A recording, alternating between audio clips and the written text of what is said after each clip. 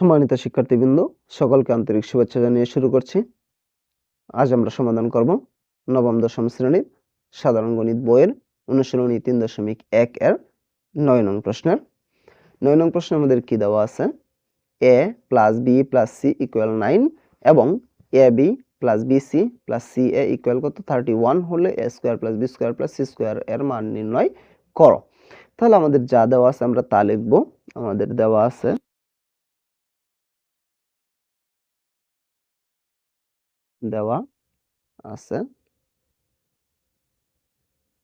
আছে কি a plus b plus c equal 9, ab plus bc plus ca equal কত আছে 31। এই দুইটা জিনিস আমাদের দেওয়া আছে। আমাদের কি মান নির্ণয় করতে বলা হয়েছিল? a square plus b square plus c square. তাহলে আমরা লিখব সুতরাং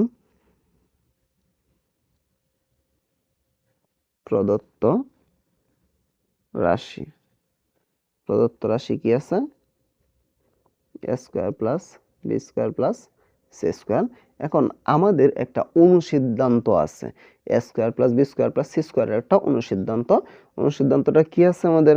a square plus b square plus c স্কয়ারের একটা অনুসিদ্ধান্ত আছে a plus b plus c whole square minus 2 into ab plus bc plus c। তাহলে আমরা অনুসিদ্ধান্তটা বসায় দিব a plus b plus c whole square minus 2 into ab plus bc plus c। অনুসিদ্ধান্ত সরাসরি আমরা বসায় দিলাম a plus b plus c whole square minus 2 into ab plus bc plus c।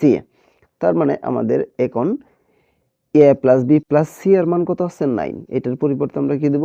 9 উপরে square minus 2 into ab plus bc plus c। এটার পরিবর্তে কত আছে আমাদের? 31 ইনটু 31 আমরা দিলাম ইকুয়াল 9 এর উপরে স্কয়ার দিলে আমাদের কত? 81/81 মাইনাস এই 31 কে আমরা 2 দ্বারা যদি গুণ করি কত? 60।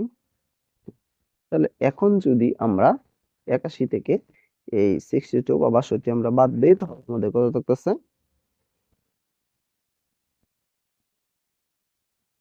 19 বা 19। এই হচ্ছে আমাদের এই অঙ্কের সমাধান বা এই অঙ্কের আনসার। একদমই সহজ একটা অঙ্ক। আমাদের যা দেওয়া ছিল আমরা তা লিখছি।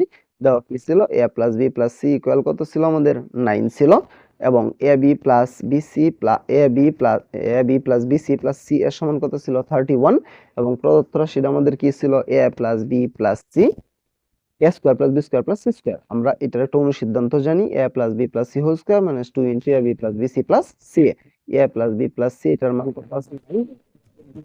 স্কয়ার দিলাম মাইনাস 2 ইনটু ব্র্যাকেট মানে গুণ into ab plus bc plus c। এটার পরিবর্তে কত আছে? 31 আমরা দিলাম। 9 এর উপর স্কয়ার দিলে 81 আর 2 এর সাথে 31 যদি আমরা গুণ করি 62। 81 থেকে 62 আমরা বাদ দিলে কত থাকতেছে? 19 থাকতেছে। এটাই হচ্ছে আমাদের অঙ্কের সমাধান। আমি আশা করি আমি বোঝাতে পেরেছি। তারপরেও যদি কারো কোনো সমস্যা থাকে আমাকে কমেন্টে জানাতে পারো, আমি সমাধান করার চেষ্টা করব ইনশাআল্লাহ। পরবর্তী কোনো ভিডিও নিয়ে তোমাদের মাঝে অবশ্যই আসবো। সে পর্যন্ত সকলে ভালো থাকবা। আল্লাহ হাফেজ।